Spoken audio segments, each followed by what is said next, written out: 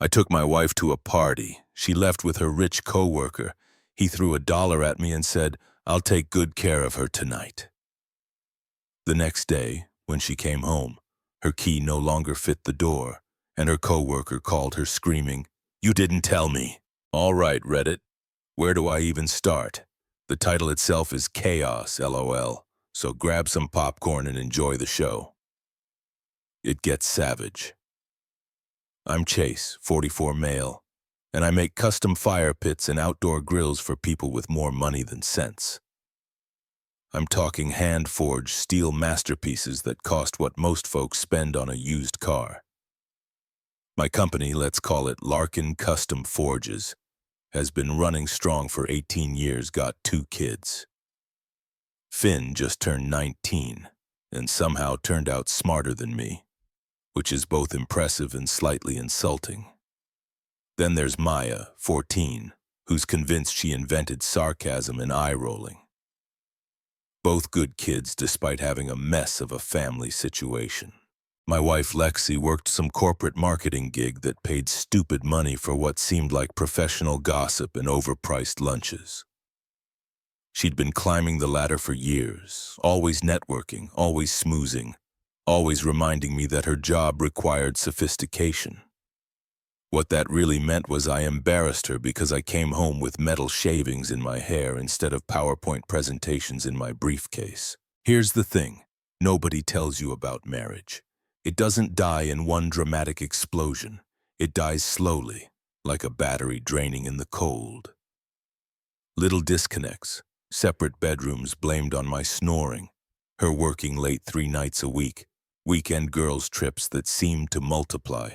Sex life went from regular to occasional to basically extinct. I'm not stupid, I noticed. But I kept telling myself it was normal. Marriage evolves, right? People get comfortable. She's stressed with work, I'm busy with the forge.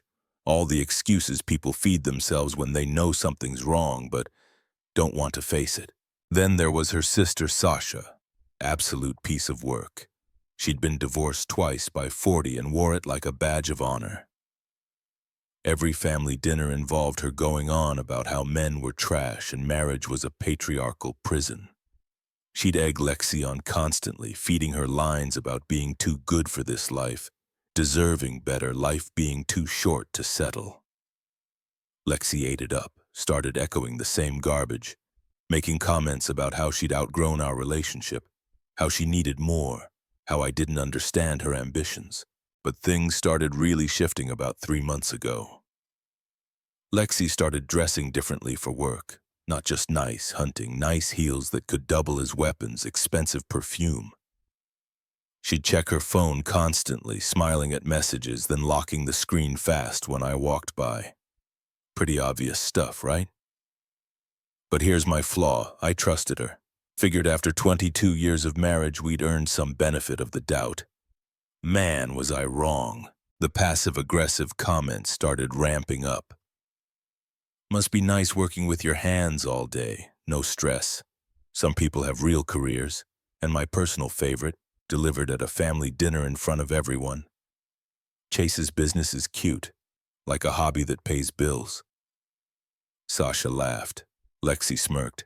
I sat there chewing pot roast and planning my exit strategy from family gatherings. Then she started talking about Blake. Casual mentions at first. Blake suggested this and that. Blake thinks we should pivot our approach. Blake's so innovative. Always Blake. The guy's name started haunting my house like some annoying ghost. 2 weeks before everything blew up, Lexi came home from a work dinner at midnight. Claimed it was mandatory networking. She had that freshly made-out look, lipstick slightly smudged, eyes too bright. When I asked if she had fun, she got defensive fast. Started accusing me of being insecure and not trusting her. Standard cheater playbook. Make the suspicious person feel crazy for noticing obvious red flags. I should have confronted her then, but I didn't. Maybe I was scared of confirmation. Maybe I was tired. Maybe I just wanted to pretend a little longer that my marriage wasn't actively decomposing.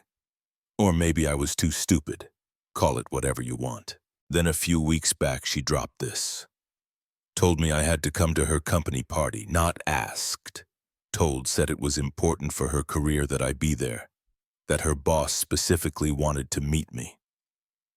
Why now? I asked.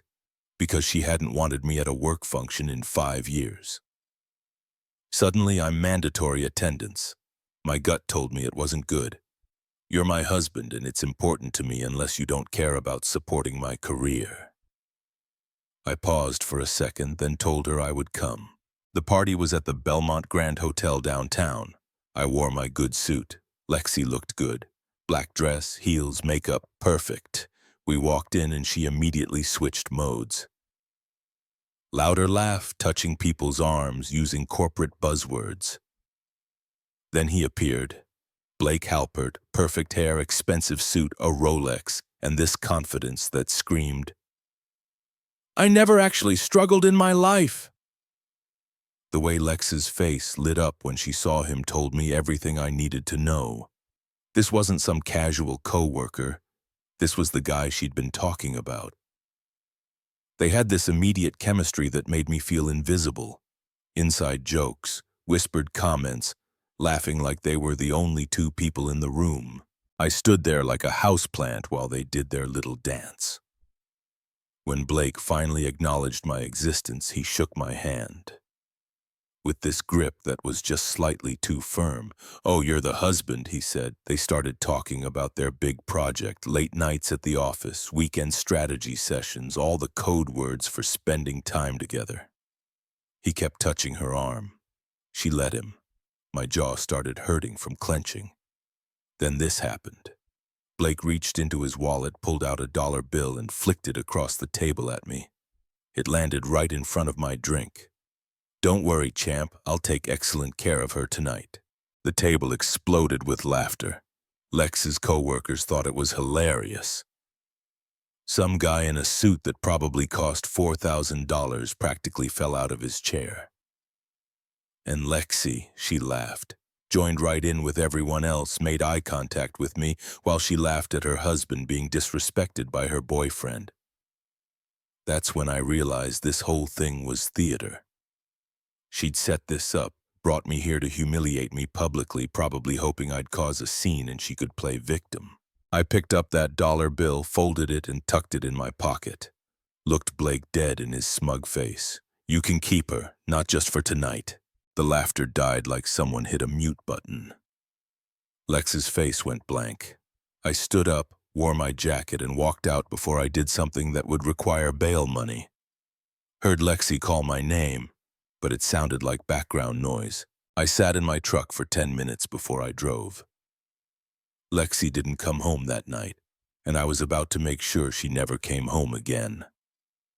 I spent the night in my workshop welding nothing in particular, just heating metal and pretending the sparks were my marriage, burning down in miniature. Kept checking my phone, called her twice around 1:00 a.m., straight to voicemail both times. The third time I left a message, 4 words, "Where are you?" Around 5 p.m. I gave up pretending to work and just sat there drinking coffee. Watched the sky change colors while my brain played a highlight of every red flag I'd ignored for the past months. Then my phone buzzed. Bank notification. Lexi had used our joint credit card at the Belmont Grand Hotel. Room charge $425. I took a screenshot. She rolled into the driveway around 6:30 a.m. Heard her BMW before I saw it. She crept into the house like a teenager sneaking in after curfew, probably hoping I was still asleep, that she'd somehow gotten away with it. I waited in the kitchen, let her start humming some song.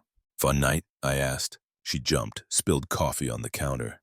"Gosh, Chase, you scared me. Where were you?" Her face did this thing where she cycled through emotions trying to land on the right one.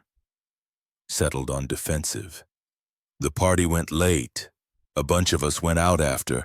I crashed on someone's couch instead of driving home. I'm a responsible adult. Whose couch does it matter?" "Yeah, actually it matters a lot." She rolled her eyes. Full theatrical production. Blake offered his couch since he lives close to the hotel. It was late and I was tired. Nothing happened, right? I pulled out my phone, showed her the hotel charge. That's a funny-looking couch. $420 for a couch nap seems steep. Her face went pale. That's not. The hotel has a lounge. We were networking in the lounge. The charge must be from drinks. $425 worth of drinks in a lounge that definitely charges those drinks to the bar? She went quiet, calculating, trying to figure out which lie would stick. That's when I saw it just visible above her collar. A hickey, bright purple against her pale skin.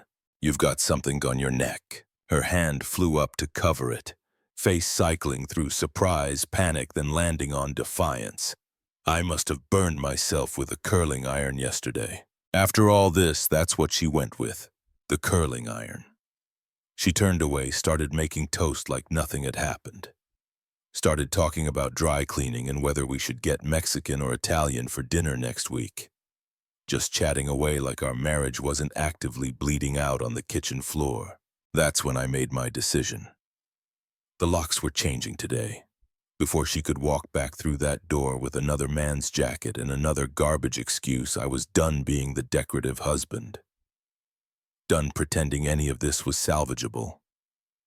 But I wasn't just changing locks. I was about to discover exactly how deep this betrayal went. Sunday morning, I was up at 6 o'clock a.m., drinking coffee strong enough to fuel rockets. Headed straight to the hardware store. Bought 4 deadbolts, grade 1 security rating. Also got new handles because if I was doing this, I was doing it right.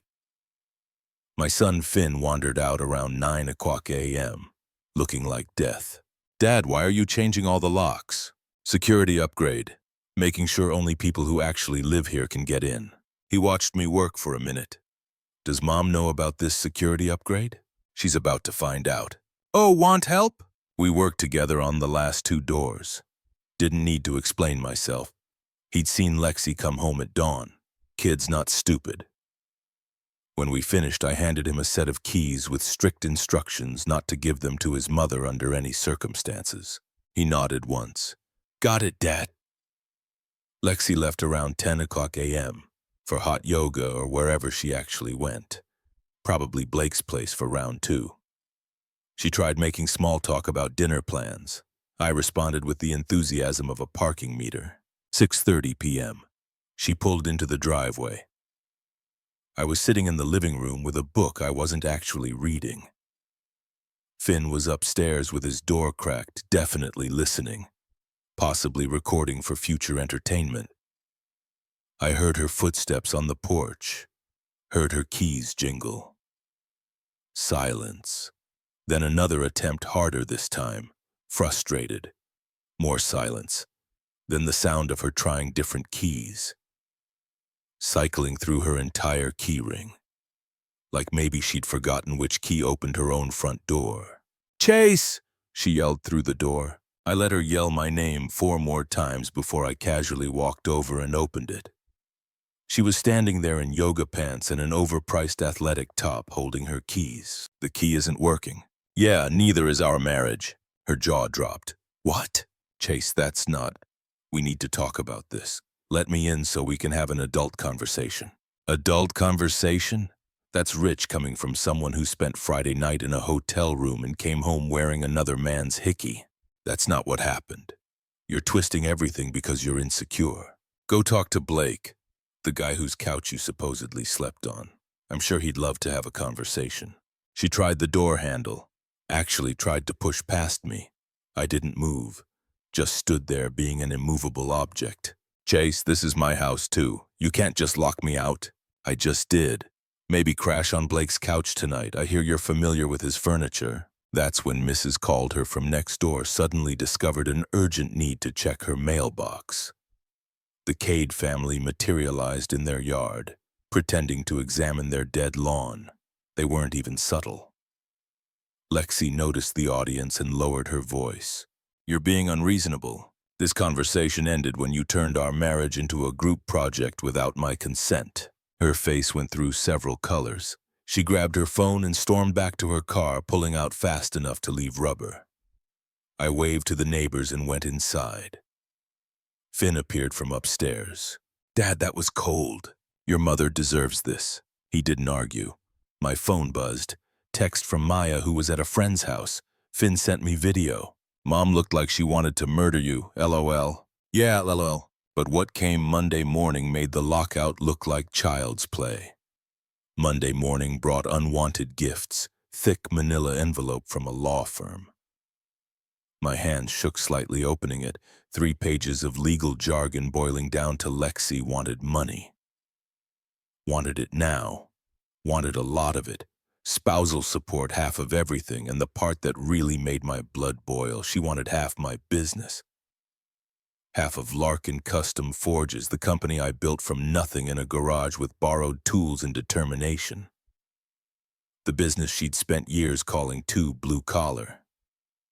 Not sophisticated enough, just metalwork whenever her fancy friends asked what her husband did. That business. The nerve was impressive in a twisted way. Same woman who'd rolled her eyes every time I came home covered in soot, who'd complained about the smell of hot metal on my clothes, who'd made it clear my work embarrassed her at parties. Now she wanted to own half of it. Amazing how money changes perspective. I called Tom. He'd been my attorney for years, handled contracts and LLC paperwork. Chase, how's business? Business is fine. Marriage is dead. I need your help killing it officially. Pause. Finally, my wife saw Lexi at that place downtown 2 weeks ago with some guy who definitely wasn't you. We figured it was only a matter of time.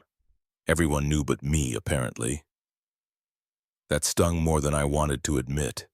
Being the last to know your wife's cheating is a special kind of humiliation. Just got a letter from her lawyer. She wants spousal support and half my business. Tom laughed.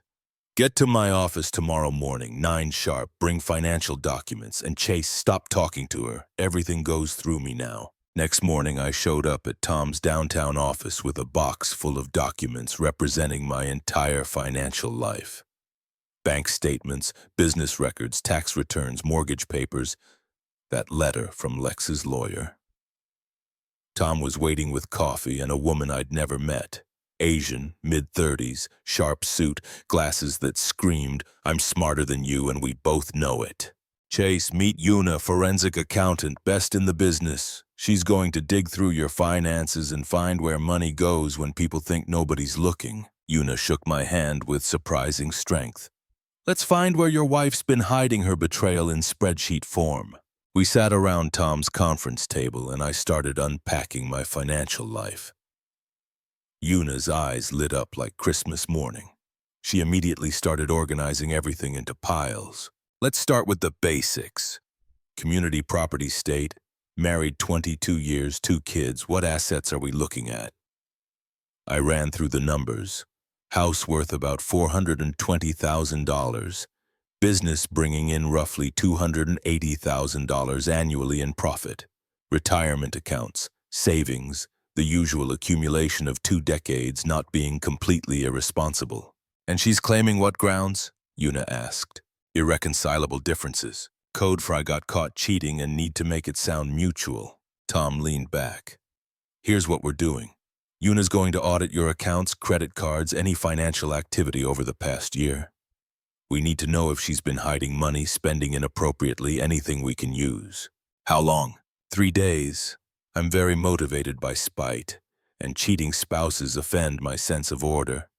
She smiled, the smile of someone who enjoyed ruining people's financial lives for a living. Tom mentioned hotel charges. Una asked, I know she's been staying there. Got the credit card charge from Friday, $425 at the Belmont Grand.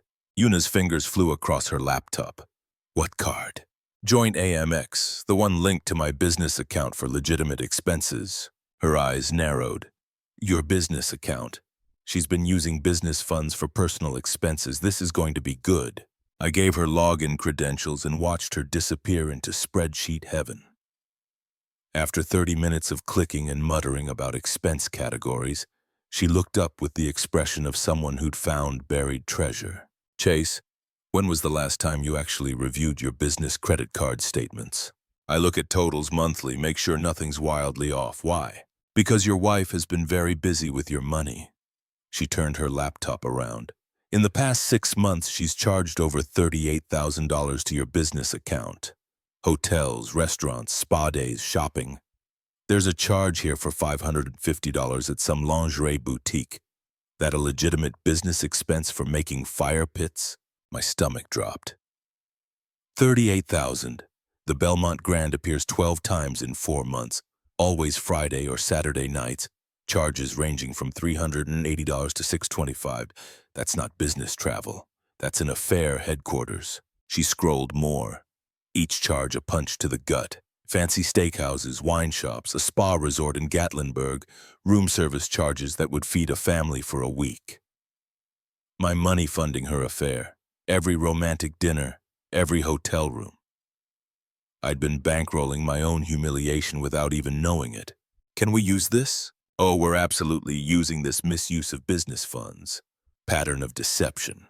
This destroys her claim for spousal support. You can't claim you need money while spending $38,000 on hotel rooms and steak dinners. Una kept typing. Look at this. Regular transfers from your joint account to another account. $1 to $800 here, $1 $400 there. $2,800 last month, always the same place. She pulled up details, account holder listed as BH Ventures LLC. BH, I repeated. Blake Halpert, she's been funding her boyfriend with our money. Pause. What? BH Ventures registered 6 months ago. Principal owner Blake Halpert. Business purpose listed as marketing consulting. This is clearly a pass-through for personal income. We sat there processing. Lexi hadn't just cheated. She'd been looting our finances to fund her affair. She hadn't just disrespected me. She'd robbed me, stolen from the business I'd built with my own hands to fund her affair with some pretty boy who probably couldn't change his own oil. But wait till you hear this bomb, this absolute mindfuck. Tom looked at me. Chase, I need to ask. This is Blake Halpert. Where does he work? Some tech company, outdoor products? Tom's grin got wider. What's your business called again? Larkin Custom Forges, but I also own a subsidiary, Ironworks Outdoor Design. Bought them out 5 years ago, different market than my custom work. What's the structure? Ironworks operates independently but under my ownership. Why? He started laughing. Full throw your head back laughing. Una, pull up the corporate registration for Ironworks Outdoor Design. She typed, clicked, her jaw dropped. Parent company Larkin Custom Forges owner Chase Larkin employee roster, I said, voice coming out strangled. Una navigated to my business accounting software. There it was in black and white. Blake Halpert, marketing director, Ironworks Outdoor Design, salary $88,000 annually, reports to me. The guy who threw a dollar bill at his boss, the guy sleeping with my wife using my money. That guy cashed a paycheck with my signature every 2 weeks. My laughter could have registered on seismic scales. This was beautiful. This was so spectacularly, perfectly beautiful. The universe had handed me a gift wrapped in irony and tied with karma. Tom was already pulling files. We're not just winning this divorce. We're making legal history. And I was about to make Blake's life a living nightmare. The hearing day arrived like a root canal appointment. I wore my suit specifically purchased for legal proceedings because apparently I needed wardrobe categories for when your wife tries robbing you in front of a judge. Tom met me at the courthouse steps looking sharp. Remember, stay calm. Answer directly. Don't volunteer information. And for God's sake, don't let them bait you into losing your temper. I'm calm, and I was. The courtroom was smaller than expected, more like a conference room with wood paneling and delusions of grandeur. Judge Lucy Brennan presided, mid-60s, steel gray hair, sharp expression. Lexi sat on the other side with her lawyer, Peter Carver. She wore a conservative navy dress, screaming, "Responsible wife who was wronged." Makeup done to look tired but brave. She wouldn't look at me. Carver started strong, painted Lexi as the devoted wife who'd sacrificed career ambitions to support my business, who'd endured years of emotional neglect while I focused on work. Claimed I was vindictive and controlling, that I'd publicly humiliated her by changing locks. Mr. Larkin refuses to communicate. He shut my client out of her own home, denied access to marital funds. Judge Brennan looked at me over her glasses. Mr. Larkin, would you like to respond? Your Honor, I'd like to address the public humiliation claim. My wife humiliated herself when she spent the night in a hotel with another man and came home wearing his hickey. I didn't humiliate her publicly, she managed that herself. I just refused to pretend everything was fine. Someone in the gallery snorted. Finn had insisted on coming. As for the locks, I changed them after discovering my wife had spent our money on hotel rooms for her affair. That's not vindictive. That's self-preservation, Your Honor. That's a complete mischaracterization. Carver started again, but Tom stood up with his folder of doom. If it pleases the court, we have documentation that directly contradicts Mr. Carver's narrative. Judge Brennan nodded. Tom walked forward with printed statements, receipts, hotel invoices, transfer records, and laid them out like evidence at a crime scene. The judge started reading, and I watched her expression shift from neutral to skeptical to real annoyed. Mrs. Larkin, can you explain why you charged $38,000 to your husband's business account over 6 months, including multiple hotel stays, expensive dinners, and transfers to an LLC owned by Mr. Blake Halpert? Lexi opened her mouth, looked at her lawyer, and panicked. Your Honor, those were legitimate business expenses, Carver tried.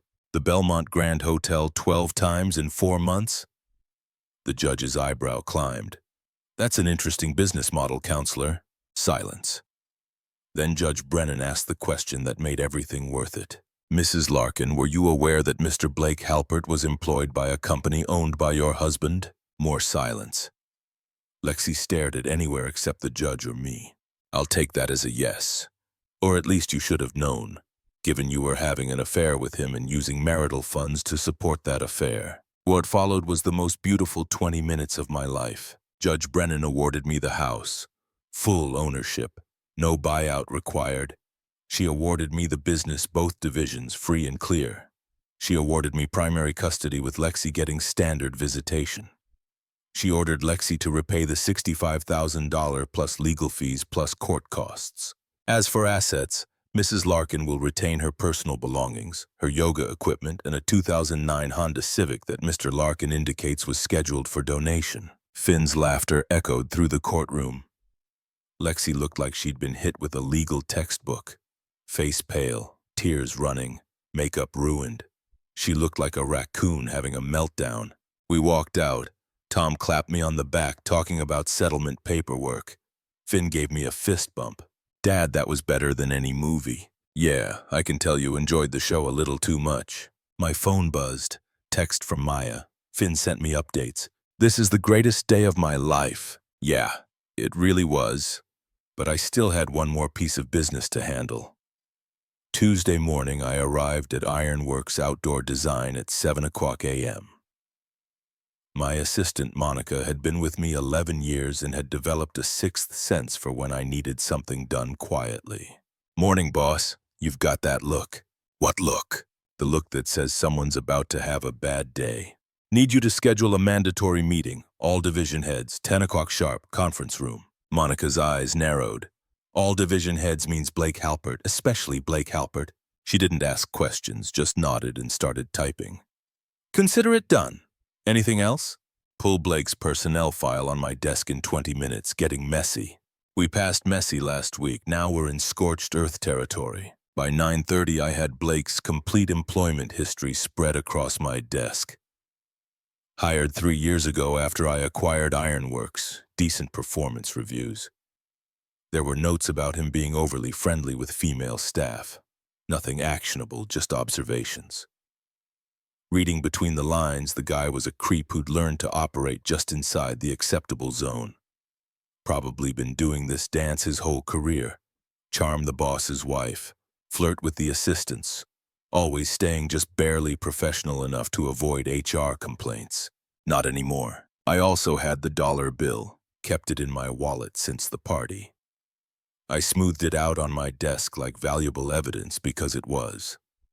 The thing about humiliation is you never forget the specifics. The exact words, the exact sound of your wife laughing while her boyfriend disrespects you. That memory gets burned into your brain like a brand. At 9:45, I walked into the conference room and positioned myself at the head of the table and waited. Division heads filtered in around 9:55. Susan from operations, Michael from finance, Lucy from HR. They all looked concerned like they should be for a surprise mandatory meeting. Nobody schedules emergency meetings with division heads for good news. They knew something was coming. Blake walked in at exactly 10 o'clock a.m. Expensive suit, perfect hair, leather portfolio that probably cost stupid money. He looked confident, comfortable. Then he saw me sitting at the head of the table and his face drained faster than cheap coffee. All that artificial color just vanished. His eyes went wide. His mouth opened. I watched his brain try calculating what was happening. Watched him realize that the guy he disrespected was sitting in the boss's chair, that the metal worker he'd thrown money at actually owned the place. Beautiful moment, really. "Morning, everyone. Thanks for making time. Please sit." Everyone sat. Blake remained standing too long before finally lowering himself into a chair. His hands were shaking. "Morning, Blake. I heard you had an interesting Friday night. How's Lexi doing?" The room went dead silent. He opened his mouth, closed it, tried again. "Mr. Larkin, I'm not sure what you're—" "Oh, I think you know exactly what I'm referring to." I pulled out the dollar bill, unfolded it slowly, slid it across the table toward him. "The company party at the Belmont Grand, the one where you were very generous with your financial offerings. It spun on the polished wood before stopping in front of his portfolio. I think this belongs to you." He stared at that dollar bill like it was a live grenade. "I don't—" "Let me help. That's the dollar bill you threw at me, your boss, the owner of this entire operation while making jokes about taking care of my wife. Remember now?" Lucy gasped. Susan covered her mouth. "Mr. Larkin, I can explain." "Please don't. I've heard enough explanations." "Lucy, grab Blake's personnel file." Lucy practically ran out. The rest of us sat in uncomfortable silence while Blake sweated through his expensive suit. I could see the panic on his face. Watched him cycle through scenarios trying to find an exit strategy. There wasn't one. "You know what's funny, Blake? I actually liked you when we acquired this division. Thought you had potential. Good credentials, decent ideas. I had no idea you were the kind of guy who'd disrespect his boss and sleep with his wife. That's poor judgment."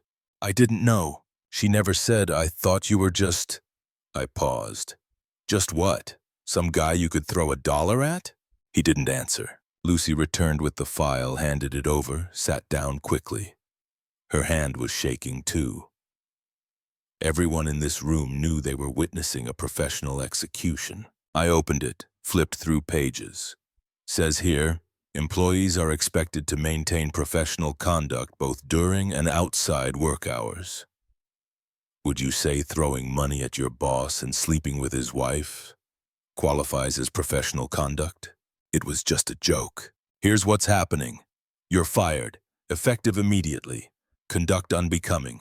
Clean out your desk within the hour. Escorted by security. Final paycheck will be mailed. Benefits end today. And if you even think about wrongful termination, my lawyers will be delighted to discuss your relationship with my wife in open court with discovery and depositions." His face cycled through colors. "Wait, you can't do this." "I absolutely can. Lucy, call security." Already texted them, they're outside. Security arrived. 2 guys who looked intimidating but were actually gentle giants. They escorted Blake out while he sputtered protests nobody cared about. The walk of shame through the office was magnificent. Everyone watching, everyone knowing. His reputation destroyed in the time it took to cross a hallway. The meeting ended with everyone looking shell-shocked. I went back to my office, had another coffee and waited. The voicemail came 3 hours later.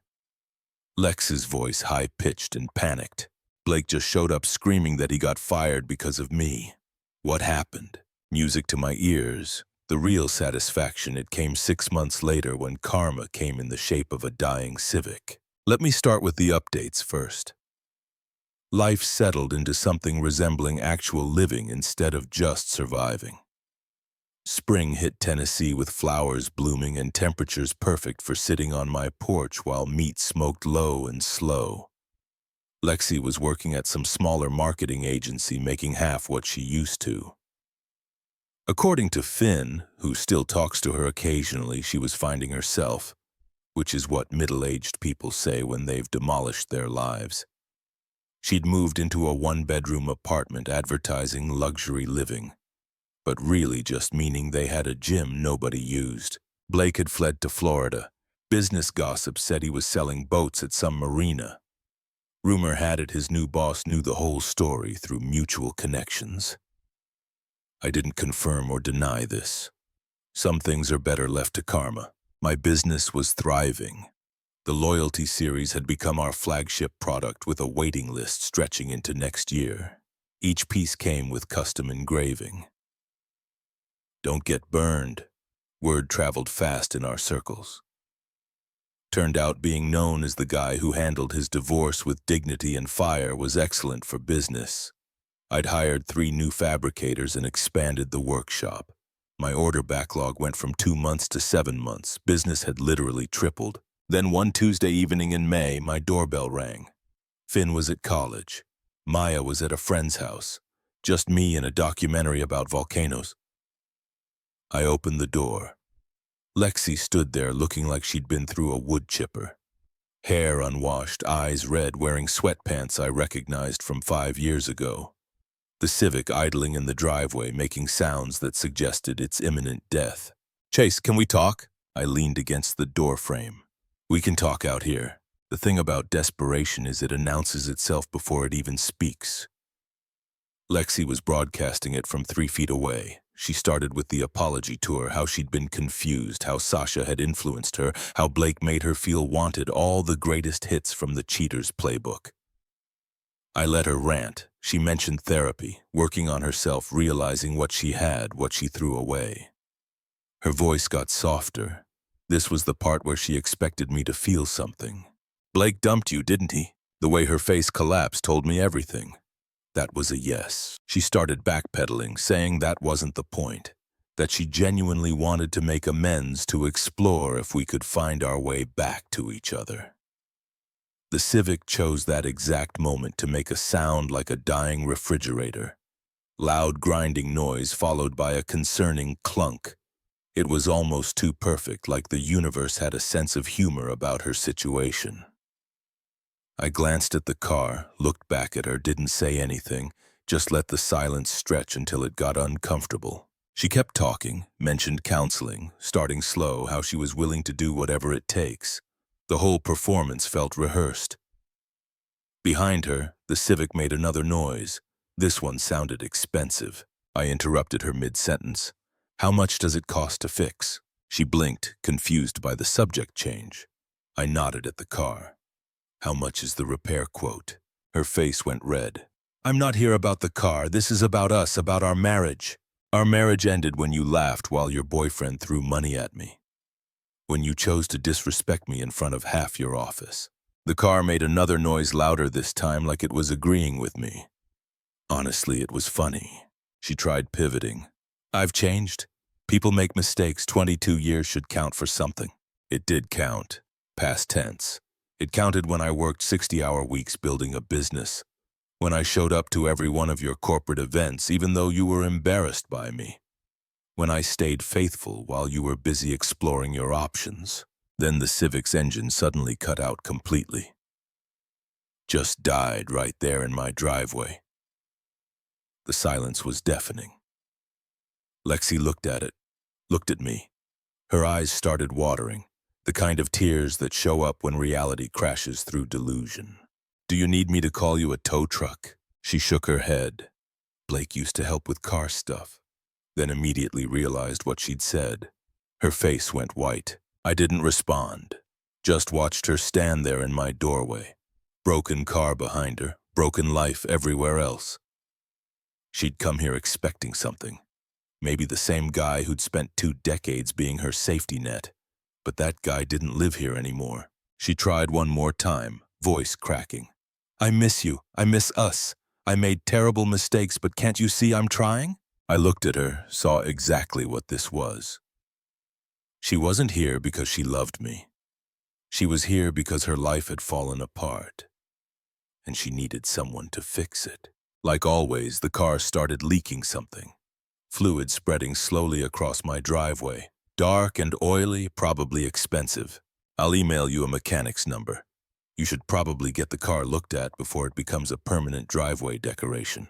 She stared at me, waiting for me to be the guy who fixed her problems while she made more of them. I didn't move. She finally understood. The performance was over. She turned and walked back to the Civic, tried starting it 3 times. On the 4th try, it coughed to life with a sound that probably violated several environmental laws. She reversed out slowly, the car shaking like it might explode. I watched her drive away, the car leaving a small trail of fluid down the street. Poetic, really. Went back inside, locked the door. That new deadbolt sliding home with a satisfying click that never got old. Finn texted 5 minutes later. Mom called crying, said you refused to help with her car. Was I really going to let her break down on the highway? I texted back. Did she think about that before turning our marriage into a joke? His response. Fair point. Want pizza for dinner tomorrow? That kid got it.